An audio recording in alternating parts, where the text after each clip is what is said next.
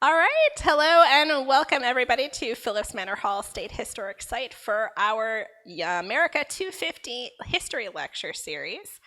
Tonight we are joined by a couple of speakers, but I am going to introduce our lead speaker for tonight, Yonkers historian Mary Hoar, who is right in front of me. Mary is the Yonkers City Historian and a lifelong educator. She is the president of the Untermyer Performing Arts Council, president emerita of the Yonkers Historical Society. She serves on the City of Yonkers Landmarks Preservation Board, is a member of the Revolutionary Yonkers 250 Committee, and is a board member of the American Irish Association of Westchester, the Aquehung Women's Democratic Club, and many other organizations. She also writes a weekly column on local history for Yonkers Rising newspaper. So join me in welcoming Mary, and then I will also let her introduce her panelists. Thank you very much for that lovely introduction. I would like to introduce Ken Davis. Ken is a retired Yonkers Police Department detective.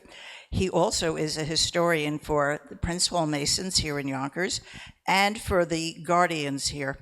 He is the keeper of history for the 24 Black Yonkers police officers who have passed away. I also am pleased to introduce Judith Waite, who is treasurer of the Yonkers Historical Society, a wonderful person, an excellent historian, and all three of us are members of #YonkersHistory.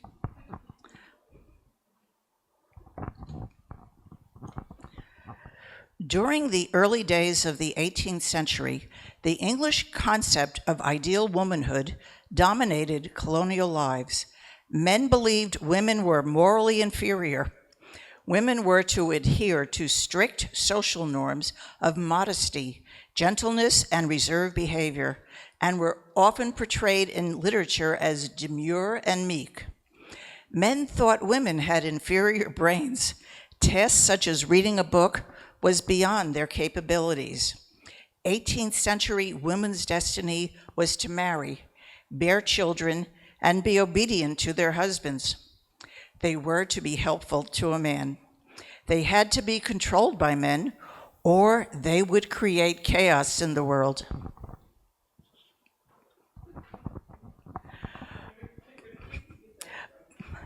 Poverty, debt, or unfavorable circumstances in their home countries drove many women to become indentured servants. Female indentured servants fell into three categories: women who willingly signed contracts to start a new life in the colonies, women who unwillingly signed contracts but needed to escape religious persecution, women who chose America over prison. During their indenture, women legally were subject to the rule of their masters. Although many areas had laws to protect servants, actual working conditions, how the women were treated varied widely. These women did whatever they were told. Women would serve as dairymaids, field laborers, and household servants. In return, the women received transportation to the colonies, room and board. Some masters even gave them training. Female indentured servants had no rights until their servitude was completed, and often faced harsh conditions, mistreatment, harassment, and worse. They were property that could be sold, traded, or just abused. They were trapped for the full length of the contract, usually 5 to 7 years, to pay back the cost of their passage to America. Only 40% of indentured servants lived to fulfill their contracts and earn their freedom. The rest died in service. Enslaved women had none of those rights. Their work varied throughout their lives as enslavers aimed to extract maximum profit from their labor. At an early age, enslaved girls were assigned tasks like picking up trash, tending to younger children, cleaning cotton, or scaring birds away from new planted rice gardens. As they reached adolescence, they took on more regular labor, ranging from household tasks to field work. Elderly women unable to work in the field often care for enslaved children. Families were broken apart. Husbands and wives were sold to different owners. As they got older, children were taken away from their parents and sold to other slave owners. In many cases, family members never saw each other ever again. Enslaved women's war experiences must include the everyday warfare they endured as part of their enslavement. Many endured difficult relationships with their enslavers. Too many women cope with mental and physical violence inflicted by people who thought they owned them and had the right to control them. The Daughters of Liberty, the formal female association created in 1765 to protest the Stamp Act, was the vehicle for women's political action during the Revolution. Originally, the Daughters of Liberty helped the Sons of Liberty in boycotts and non-importation movements before the Revolutionary War. They participated in spinning bees, producing homespun cloth for colonists to wear instead of British textiles. Daughters of Liberty melted down metal during the war to make bullets. They sewed shirts and uniforms for our soldiers while actively raising money for the Continental Army. From the early days of disagreement between the colonies and England, colonial women of all ages, classes, and races were the driving force for boycotting British products. They shunned British tea in favor of herbal substitutes made from their own farms and gardens. The Daughters of Liberty, known for their boycott of British tea after the Tea Act was passed, drank Liberty tea. Leaves from raspberries and other garden herbs were commonly used as tea substitutes. People enjoyed a form of tea while refusing to buy British products. Women were the enforcers of these movements because they were the ones buying goods for their homes. They saw it as their duty to make sure patriots were true to their word and boycotted British goods. Did American women really take part in the American Revolution? Women were an important part of the effort. Samuel Adams, praising the Daughters of Liberty, stated, "With ladies on our side, we can make every Tory tremble." Abigail Adams was a crucial, outspoken patriot and key political advisor to her husband, John. While he was away, Abigail managed their Massachusetts farm and cared for their family. She witnessed the Battle of Bunker Hill and urged John to remember the ladies while creating new nations laws. She accompanied John on diplomatic trips to London and Paris and was asked for her opinion during his presidency. John Adams considered Abigail his closest, most trusted advisor. At the age of 16, Sybil Ludington rode 40 miles through Putnam County for her father, Colonel Ludington. She alerted militia members the British had attacked Danbury. By morning, hundreds of men arrived to defend and fight. After the war, George Washington personally thanked her. After the Declaration of Independence was signed, the American Revolution became increasingly stressful for Martha Washington, as her husband George faced increased risks on the battlefield. Each winter, Martha would join her husband during his long winter encampment while fighting was stalled. She would do as much as she could for the soldiers. George kept Martha fully informed of the war's developments, and she performed his clerical work. She was his trusted confidant, one who was permitted to know military secrets. Martha arguably was the best-known camp follower, women who traveled with the troops, many times with the children for the survival of their families. The women cooked, cleaned, sewed, did laundry, nursed injured and sick soldiers. They did anything in the camp that needed to be done, and in return, their families were given food. The leader, A leader of the Daughters of Liberty in Boston, it was Sarah Bradley Fulton, ideal to disguise the men. Sarah helped turn the group of Boston patriots into Mohawk Indians, painting their face and helping them with Native American clothing. Later, she returned them to the Bostonians. In 1776, Major John Brooks needed an urgent message to be delivered to George Washington. Sarah volunteered to carry the message along through the enemy lines of Charleston waterfront. She was successful. Esther D. Burt Reed was First Lady of the Pennsylvania when her husband was President of the Supreme Executive Council of Commonwealth of Pennsylvania. With Benjamin Franklin's daughter Sarah, she founded the Ladies Association of Philadelphia to raise money for Washington's troop. In her essay called Sentiments of an American Woman, she called for both finance sacrifices and increased public roles of women.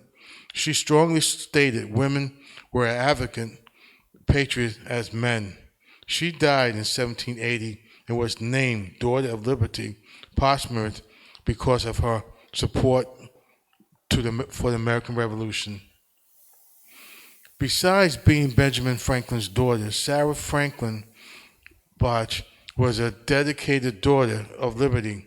After starting the Ladies Association in Philadelphia with Esther Reed, and she did extensive relief work, she is best known for helping to outfit American soldiers.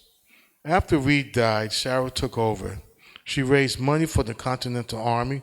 Under her leadership in 1780, alone with the Ladies Association, sold 2,200 shirts of Continental Army soldiers stationed at the winter quarters of Valley Forge.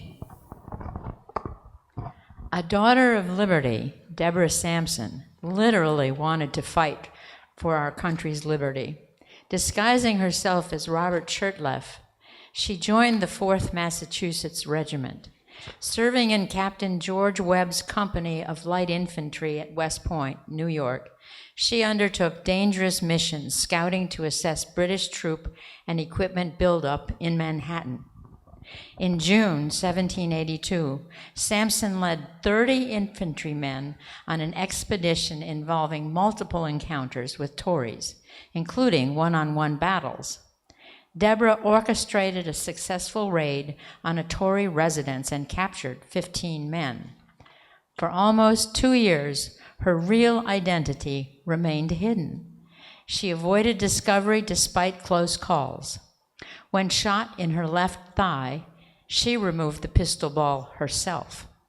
Her true identity was not discovered until she developed a high fever and lost consciousness at a Philadelphia hospital. After her time in the Army, Sampson led a typical life as a farmer's wife. But in 1802, she went on a year-long lecture tour, sharing her experience, becoming the first woman in America to do so. While speaking, she sometimes wore her military uniform. To recognize Deborah's extraordinary courage and dedication, Congress awarded compensation to Sampson's husband, honoring her legacy. Two kettles together, determined to take an active role in the American Revolution. When the British arrived at Fort Schuyler, Two Kettles was one of the Oneidas who made their way through the British lines to warn Mohawk Valley settlements the British had arrived. When American General Herkimer's militia camped near Oriska, Two Kettles prepared 2 pistols. She joined her husband, Han Yeri, and other Oneidas accompanying Herkimer on his march to Fort Schuyler. During the resulting 1777 Battle of Oriskany on August 6th, Two Kettles fought alongside her husband, firing her own pistol until her husband's wrist was wounded. She began reloading his weapon so he could continue firing. Two Kettles was an excellent rider, and after the battle ended, she rode into the valley to report the outcome of the battle and to prepare people for the returning flood of wounded men. Later that year, Hanyeri joined the American Army fighting at Saratoga. Two Kettles again accompanied her husband, both to tend to his healing wound and to act as a messenger. To show his appreciation for her service, General Horatio Gates instructed Colonel Gansevoort at Fort Schuyler to deliver 3 gallons of rum for a winter's supply for her family. Two Kettles' last documented service occurred August 14th, 1781, at the fortified homestead of Fort Timmerman. This was a base for a small force of militia and Oneida warriors protecting grist mills on the nearby creek. While the men were away chasing raiders, 150 Loyalists and British allied Indians attacked. Two Kettles led a small group of Oneida and white women defending their homes. They drove the attackers off. On November 16th, 1776, Molly's husband, John Corbin, was one of 2,800 American soldiers defending northern Manhattan's Fort Washington from thousands of attacking Hessian troops led by the British. Too nervous to let her husband go to battle alone, she went with him. A nurse, she accompanied him into battle to care for injured soldiers. Her husband was hit. She had watched him carefully, so she was able to take his post. She fired his cannon with amazing speed. She continued firing until she herself was injured. After the battle, Corbin was disabled from her wounds. Congress awarded her a military pension in 1779 for her services, the first woman to receive a pension. She enrolled in the specially created Corps of Invalids at West Point, discharged officially in 1783. Nancy Ward was born in the hills of eastern Tennessee. Ward's first husband was killed in a raid. Then called Nanyehi, had fought by his side, chewing lead bullets for his rifle to make them pointed and deadly. After the enemy killed him, she rallied the Cherokee warriors, leading the charge that brought victory to the Cherokees. Cherokee clans name her Gigow, or beloved woman. Her opinion was influential in tribal government because the Cherokees believed the Great Spirit spoke through a beloved woman. Nanyehi headed the Women's Council, sat on the Council of Chiefs, and had complete power over prisoners. She later married Bryant Ward, an English trader who lived among the Cherokee, and had a daughter with him. She then took the name Nancy Ward and learned English. As she came to understand more about the Anglo-American ways, she came to believe the best way for Cherokees to survive was to coexist with the new settlers. In 1781, Ward again warned settlers of an impending attack by the Cherokees. She asked for peace, this time personally meeting with the leaders. Ward told them, "You know that women are always looked upon as nothing, but we are your mothers. You are our sons. Our cry is all for peace. Let it continue. This peace must last forever." Irish immigrant and pacifist turned patriot spy Lydia Barrington Darragh defied British officers and braved a military checkpoint to bring official information to the Continental Army. In 1777, General William Howe attempted to expand his headquarters into the Darragh House when the British occupied Philadelphia. With help from a relative in the British Army, Lydia convinced the general to let the couple remain in their home. In exchange, they allowed General Howe to use their parlor to meet. Her family were Quakers, so the British never suspected they would take sides. Although publicly pacifist, their eldest son Charles joined the Continental Army. During the meetings, Lydia would hide in a closet next to the meeting room and listen. She then passed the information on to her son Charles. One day, she overheard Major Andre and other officers plan to attack Washington's forces at White Marsh, north of Philadelphia. She obtained a pass ostensibly to visit her children. Instead, she went to a pub and passed the information to an American soldier. The Patriots were prepared, so the skirmish lasted several days until General Howe gave up.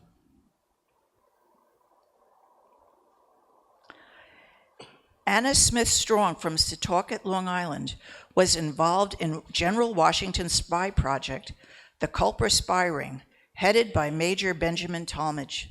Talmadge recruited Strong and other Long Island and New York residents to spy on British soldiers. The information was slipped to Abraham Woodhull, Strong's next-door neighbor. It was Anna's job to signal fellow spy Caleb Brewster information was ready for him to pick up. Her signals to Brewster were ingenious. She simply hung out her laundry in plain sight of the British soldiers. A black petticoat with handkerchiefs on her clothesline meant a message was ready to be picked up. The number of handkerchiefs she hanged corresponded to the cove where the message was hidden. Her messaging system was never broken through the entire revolution, and no one in the Culper spy ring was ever caught. The British never suspected laundry was the signal. At the age of 22, Deborah Champion's father, Colonel Henry Camp Champion, asked her to deliver a message to General Washington. She disguised herself as an old woman traveling with an older family slave. The British guard thought she was really an old lady and let her pass to complete her mission. One important mission was carrying the money to pay the American army. The British passed their rights through their lines without questions. It never occurred to them that an old woman was carrying money. Mamie Kate was enslaved on Georgia Governor Stephen Hurd's plantation. When the Tories took her boss prisoner during the Battle of Kettle Creek, he was sentenced to death. Mamie Kate asked prisoner guards if she could bring her master fresh bed linens and food. They agreed. She entered the prison with a huge basket on her head filled with food and linen. Hurd was a small man. He hid in a large basket on her head, and Kate would walk out of the prison with him hidden on her head. Although this seems unbelievable, his family credited her with saving him. Afterwards, Hurd freed her, gave her a house and land. He paid her to work for him, but Hurd did not liberate her husband or her children. Nancy Hart was a rebel heroine, a tough, strong, and resourceful woman who outsmarted Tory soldiers. 6 British soldiers stopped at her cabin looking for a certain Whig leader, demanding to know if he had stopped at her farm. Although the man they were tracking had been there, she denied seeing anyone. Convinced that she was lying, one of the Tories shot and killed Hart's prize gobbler in order to cook the bird. Entering her cabin, they stacked her weapons and in the corner demanded a drink. Hart obligated by serving wine. While the soldiers drank wine, Hart sent her daughter to the spring for a bucket of water, secretly instructing her to blow a conch shell hidden in a nearby stump. To alert neighbors, tourists were in the cabin. While Hart served the unwelcome visitors, she passed their muskets through the open window cabin wall to her daughter and still outside. When the soldiers finally noticed, they tried to get the remaining weapons. She warned she would shoot the next man that moved. And knowing her warning, one man made a deadly mistake of approaching her, and she shot. She held the rest off until her husband Benjamin and neighbors arrived. Benjamin wanted to shoot the remaining hostages, but Nancy insists on hanging them.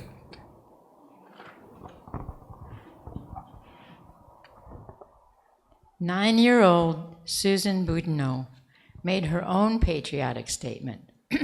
With her mother, Hannah, Susan visited New Jersey Governor William Franklin, a loyalist, unlike his father, Benjamin Franklin.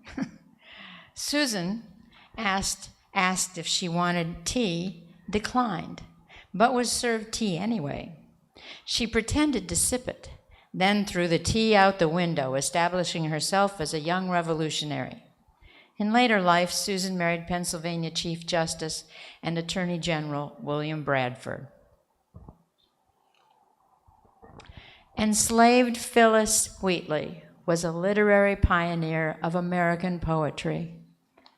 Born in West Africa, she was sold into slavery at a young age and transported to North America. The Wheatley family of Boston bought her. The Wheatley daughter, Mary, taught Phyllis to read and write. When the family saw her emerging talent as a poet, they encouraged her writing. She wrote her first book, Poems on Varying Subjects, in 1773. Published in England, it made her the first African-American author of a published book of poetry. The Wheatleys manumitted Phyllis shortly after the book was published. During the 1775 siege of Boston, she wrote a poem to George Washington called To His Excellency George Washington and sent it to him. Washington invited Wheatley to visit him. In 1776, Thomas Paine published her poem to Washington in the Pennsylvania Gazetteer. Lucy Terry was kidnapped from Africa in the 1730s and sold to Ebenezer Wells. In 1756, Lucy Terry married Abijah Prince, a prosperous, free black man who purchased her freedom. They moved to Vermont and had 6 children. Lucy was well known for her speaking ability. A friend said the fluency of her speech captivated all around her. She used her gift to defend her family's rights and property when someone tried to claim their farm. A prolific poet, only one of her poems survives. She wrote Bar's Fight in 1746 about a French-led raid in which her friends were killed by Native Americans. Bar's Fight is the earliest existing poem written by an African American. It was not published until 1854.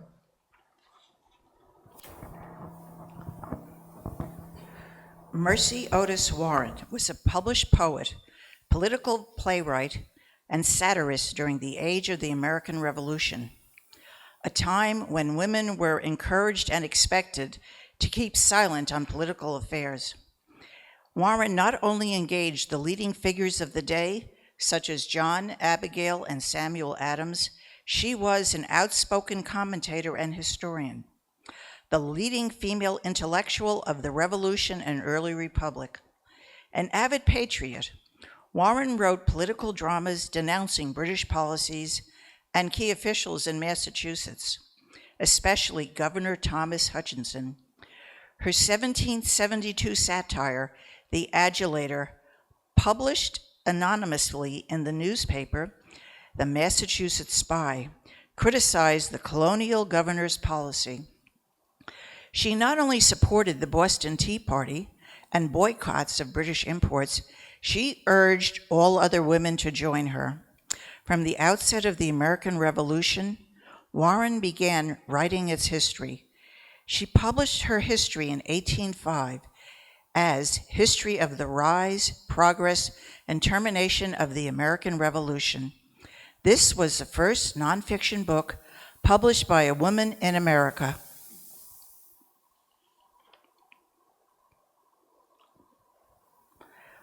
When her brother left the Maryland Journal in 1774, the revolutionary paper he founded, Mary Catherine Goddard took over the Baltimore paper and ran it throughout the Revolution.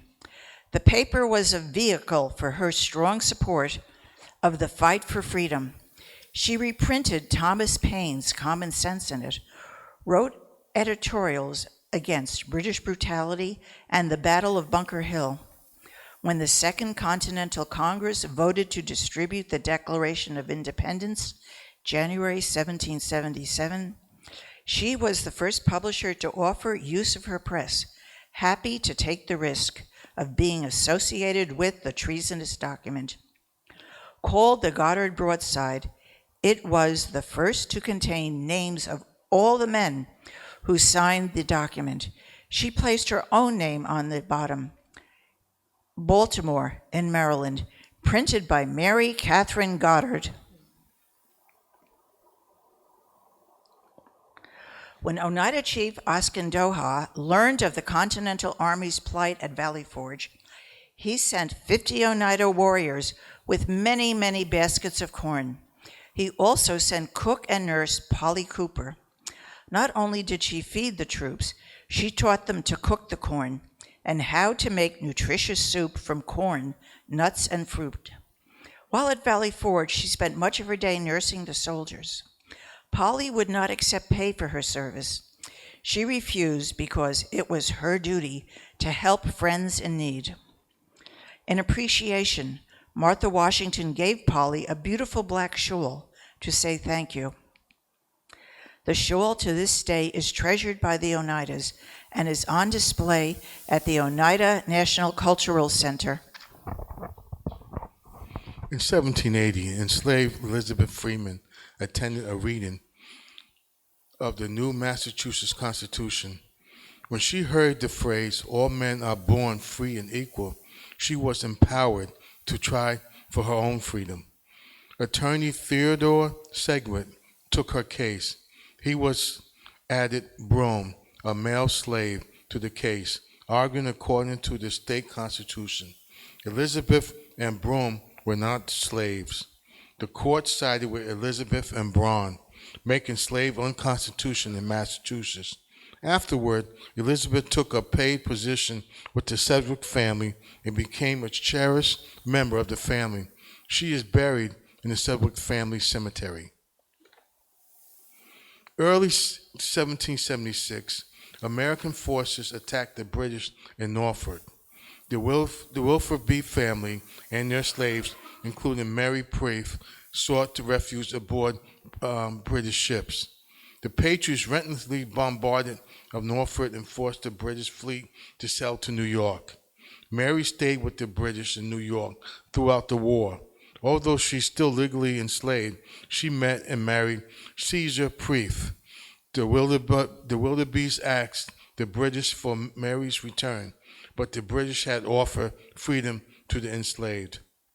July 31st, 1783, the Preith family boarded the ship Abundance and sailed to Nova Scotia, where they lived for almost 10 years.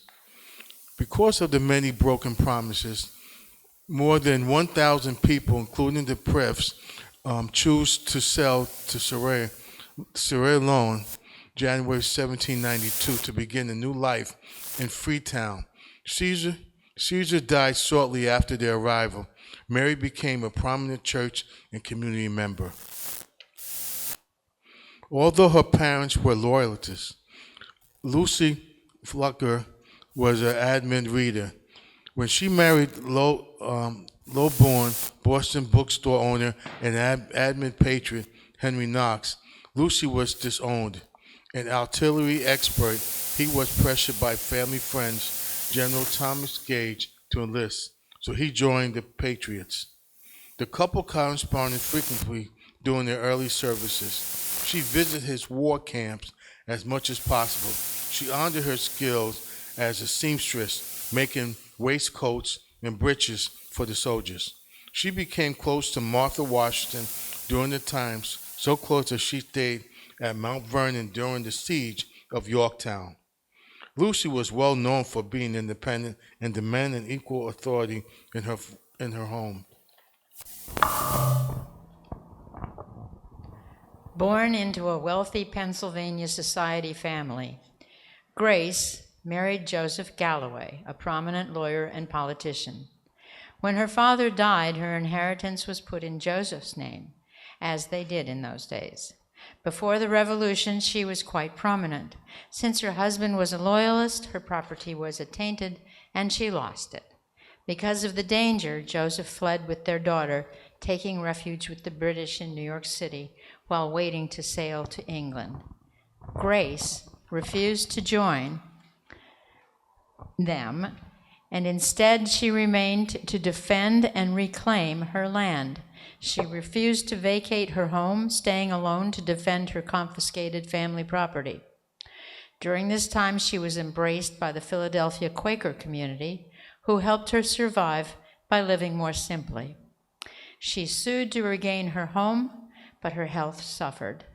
Too sick to travel, she died in 1782 and left her property to her daughter Betsy. After Joseph died in 1803, the Pennsylvania Supreme Court ruled and gave the full estate back to Betsy. Native American Molly Brant was a Mohawk leader and was the prominent common law wife and consort of Sir William Johnson, British Superintendent of Indian Affairs. They had 8 children. She ran Johnson's household, served as his hostess, managed purchases, supervised servants, slaves, and his household at Fort Johnson. When Johnson died in 1774, he left her his estate.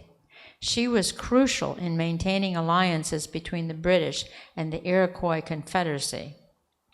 During the American Revolution, she sided with British, providing them with information and assistance. When the war turned against the British, she fled to Canada with thousands of loyalists and continued to advocate for Mohawk land rights. A courageous woman, a woman ahead of her time, Penelope Barker, was one of many outstanding women who contributed to the American Revolution. A true believer in the cause and a passionate persuader, she went from house to house, gathering support from the Edenton women for the American fight for independence. The women organized by Mrs. Barker openly stood up to the king, refused to drink tea, and boycotted British goods. Barker refused to hide, insisting the women publicly sign the petition and using their own names. Barker said, "We women have taken too long to let our voices be heard. We are signing our names to a document, not hiding ourselves behind costumes like the men in Boston at their Tea Party. The British will know who we are." Barker sent copies of the petition and signatures to local and British papers. The news of the Edenton Tea Party quickly reached Britain. The petition penned at the Tea Party was nothing less than a bold display of patriotism and love of liberty. Barker's pronouncement shocked the British, as well as colonists still loyal to the king. Although political resistance was common in the 1770s, but an organized women's movement was not. The Edenton Tea Party truly shocked the Western world. The Edenton women represented America's frustration, the need from America to be out from under the heel of the British monarchy. The women of Edenton signed the agreement.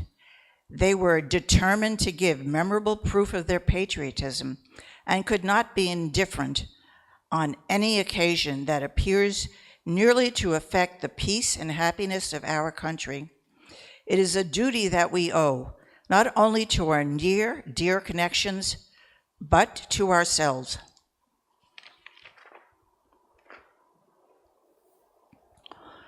Born into a prominent Philadelphia family, Peggy Shippen Arnold is believed to have played a significant part in her husband's betrayal of our country. It is thought Peggy introduced her husband to John Andre. Instead of leaving, Peggy remained in Philadelphia, where she could pass a chain of coded letters to Andre containing information from her husband, Benedict Arnold. When Arnold's defection was revealed to the Continental Army, Peggy feigned hysteria to avert suspicion about her involvement in the conspiracy. George Washington believed her. She helped delay Arnold's capture by Patriot forces, allowing him to flee the Continental Army to New York. The Philadelphia City Council banished Peggy, so she joined Arnold in New York City, held by the British, later moving to London after the British defeat at Yorktown. Britain welcomed them with open arms. Queen Charlotte gave her a 100-pound annual pension. King George presented her with 350 pounds for her services. Westchester was considered a neutral zone since it lay between the Loyalist stronghold in New York City and the Patriot stronghold in the Hudson Valley. Our residents were robbed frequently by both sides during the war. The plunderers, usually referred to cowboys or skinners, scavenged local farms of both Loyalists and Patriots, taking food, animals, and valuables. Susan Valentine of Yonkers was a member of the famed Valentine clan, whose home on Valentine Hill twice was used by George Washington as their headquarters in 1776 and 1781. The hill was frequently stage area for armies on the move. Patriots camped there after fleeing New York City summer of 1776. General Sir Bastry Tarleton attacked Patriot soldiers camped on Valentine's Hill in 1778. The British also camped there in 1778 and 1779. In July of 1781, the combined French and American armies came together at Valentine Hill before marching to Kingbridge for the grand reconnaissance of the British position on Manhattan.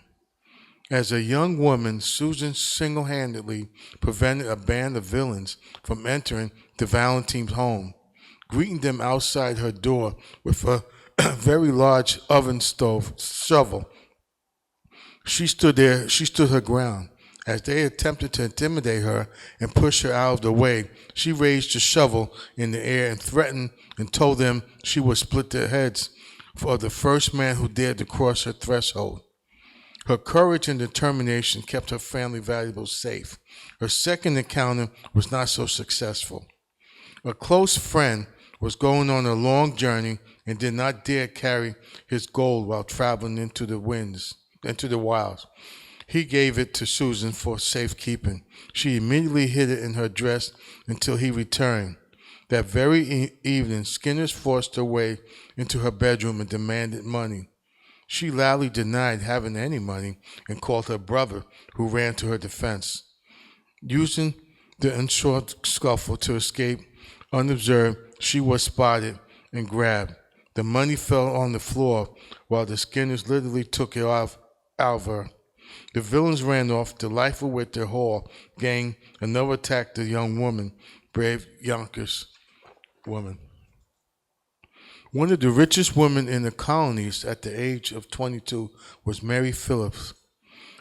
Inherits 1/3 of her father's roughly 250 square miles. Highland patent with spawn from the Hudson Highland on the west bank of the lower Hudson River to the Connecticut colony in the east. In 1758, she married in New York Englishman Roger Morris, who fought in the French and Indian War. Roger was appointed to the Governor Council of the province of New York. In 1759, they built their country estate, Mount Morris, in northern Manhattan. It was now in Washington Heights. The family lived there until 1775, when Roger fled to England on the onset of the Revolution.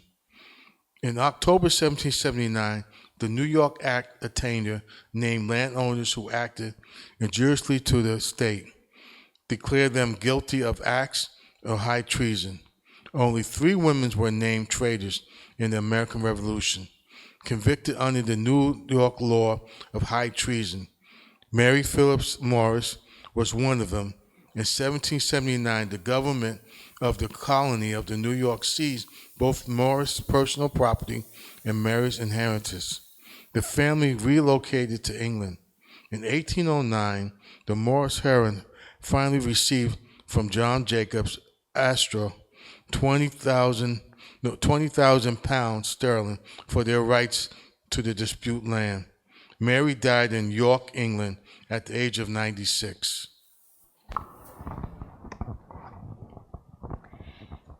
General John Odell's mother, Margaret, was a patriot who lived in Westchester.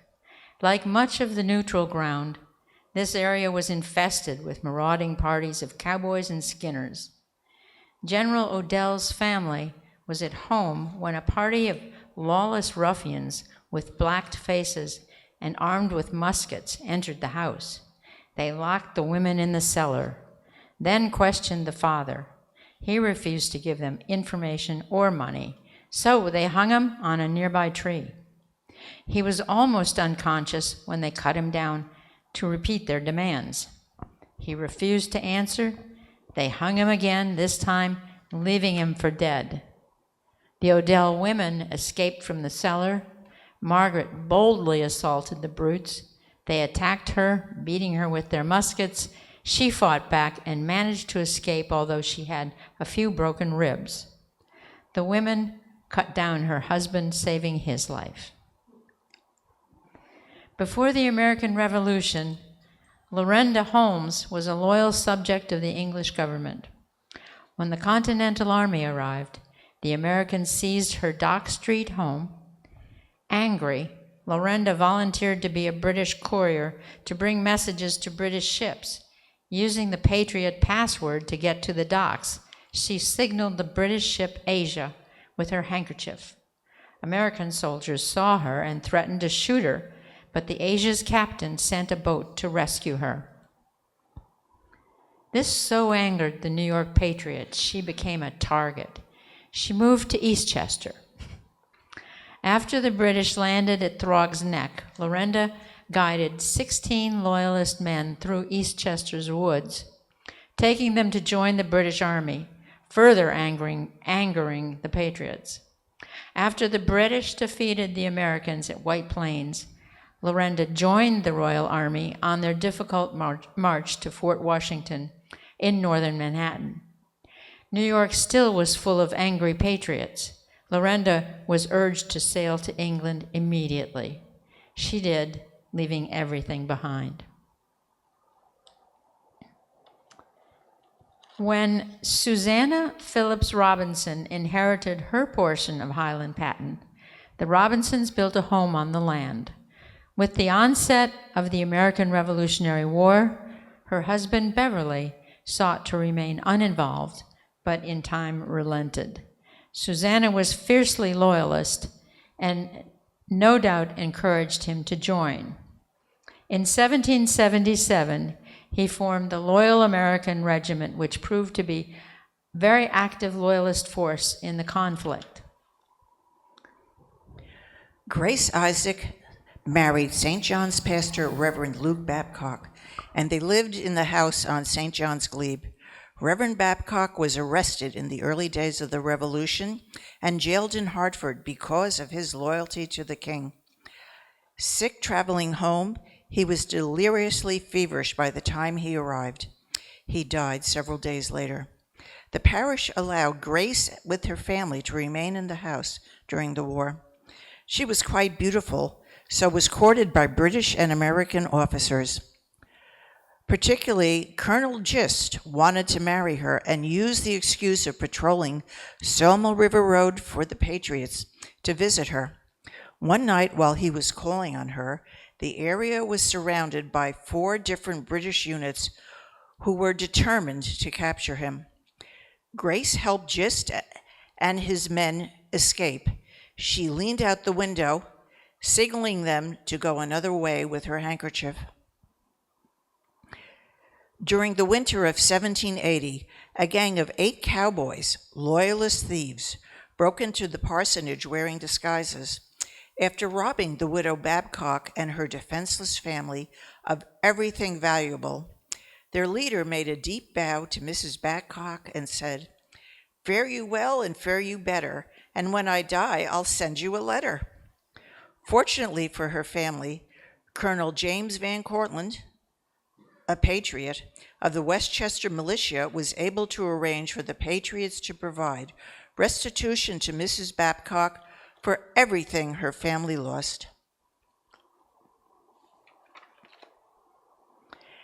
Ann Fisher Miller, born and raised in White Plains, married Elijah Miller.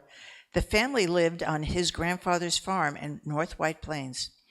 After she lost both her husband and two of her sons in the war, she allowed George Washington to use her home for his headquarters during the Battle of White Plains, and later 2 more times. Her farm was covered with soldiers' tents, and she nursed soldiers who were wounded during the Battle of White Plains. The tales of the Westchester Tea Parties were found in the McDonald Papers, a collection of oral histories. Interviews conducted in Westchester 60 years after the end of the American Revolution. McDonald interviewed witnesses to the American Revolution about their memories. Their interviews were republished by the Westchester Historical Society in 1986. Our appreciation to Philomena Dunn, Regent Emeritus of the Hudson River Patriots, and current Regent Cindy Prayman for sharing this version of the story. Please enjoy a small portion of the lives of Westchester women during the tumultuous early days of America.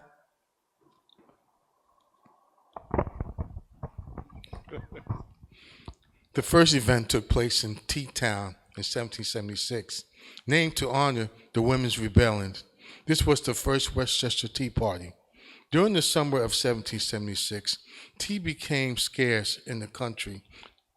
But since drinking tea was considered unpatriotic, drinking it was frowned upon. Husbands found that it was easy to drink tea since they could go to the pub, but women could not.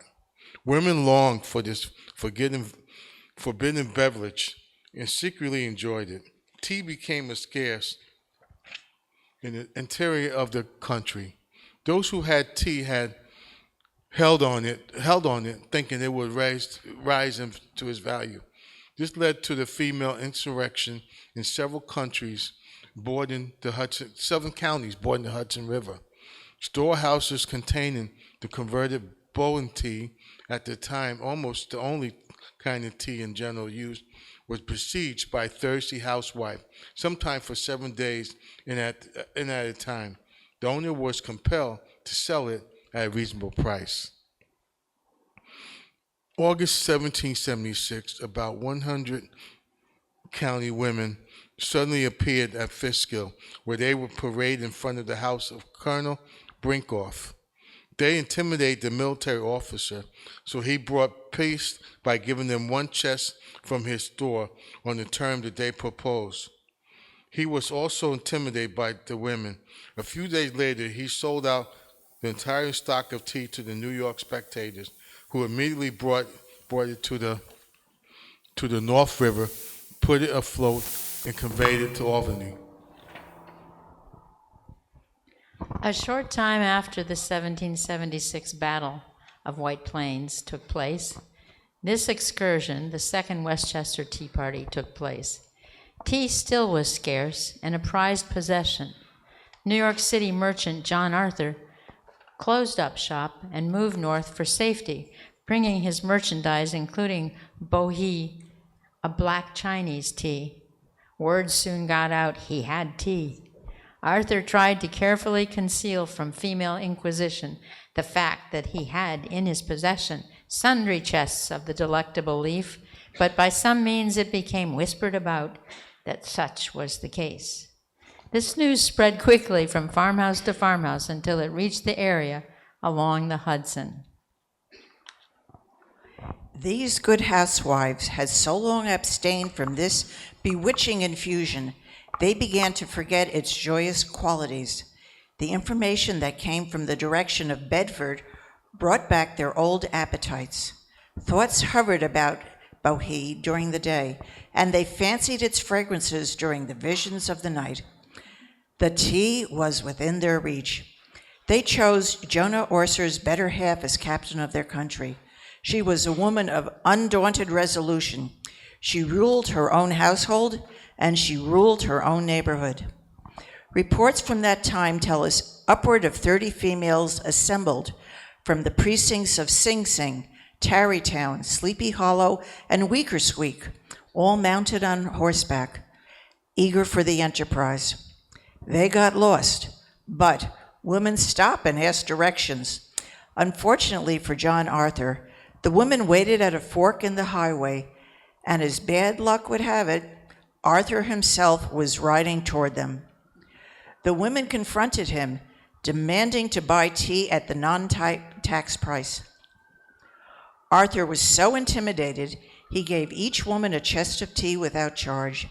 The next morning, he rose early, gathered all his tea, sold it, the entire stock, to a New York City tea merchant. Returning home, he packed up his house and left, never to be seen again. Or so they thought. Although the Westchester women never saw him again, he did not disappear. Arthur purchased the Tabor farm in Dutchess County, and he spent the rest of his life running the farm. The Hudson River Patriots chapter of the DAR believes they found John Arthur, the alleged victim of the Second Westchester Tea Party. He returned to Westchester County for eternity, buried in the old Quaker burial ground in today's Armonk. Well, thank you. The American experiment was unique and improbable in 1776, when Thomas Jefferson penned the Declaration of Independence. The American colonies defied Britain, then the most powerful nation on earth. As we look around the world at how difficult it still is for democracy and freedom to flourish, America seems like a political miracle. We appreciate the staff and volunteers of Phillips Manor Hall for their support and kindness in allowing us to share stories of just a few of the many women whose commitment and passion to freedom created the United States from 13 unique colonies. And we are grateful to our audience who joined us tonight, both here and at home. Thank you for allowing our group of historians to share these stories of a few American women. I want to thank Judith Waite and Ken Davis for joining me tonight to help us share the stories, and thank you all.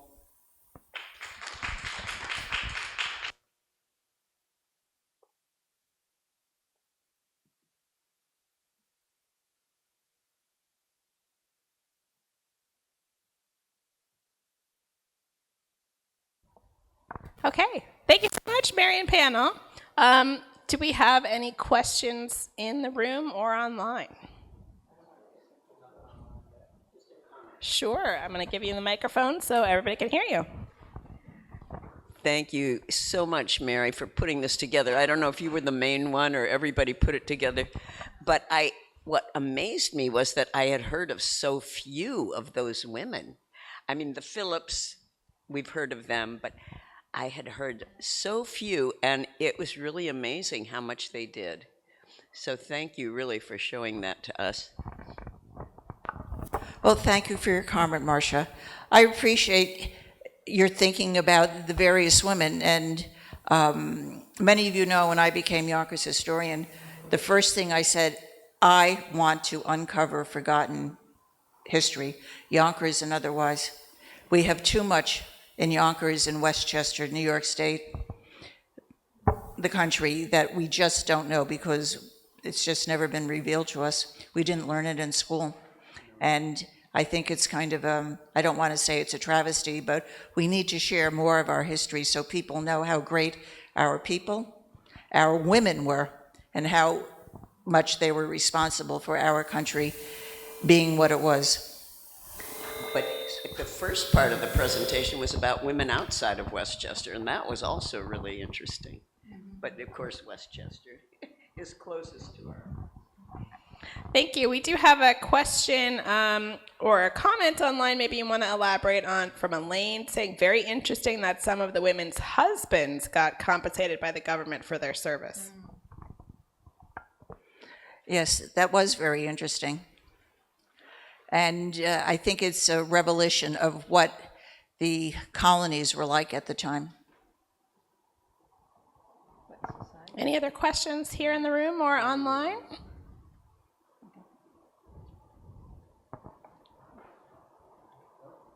Okay.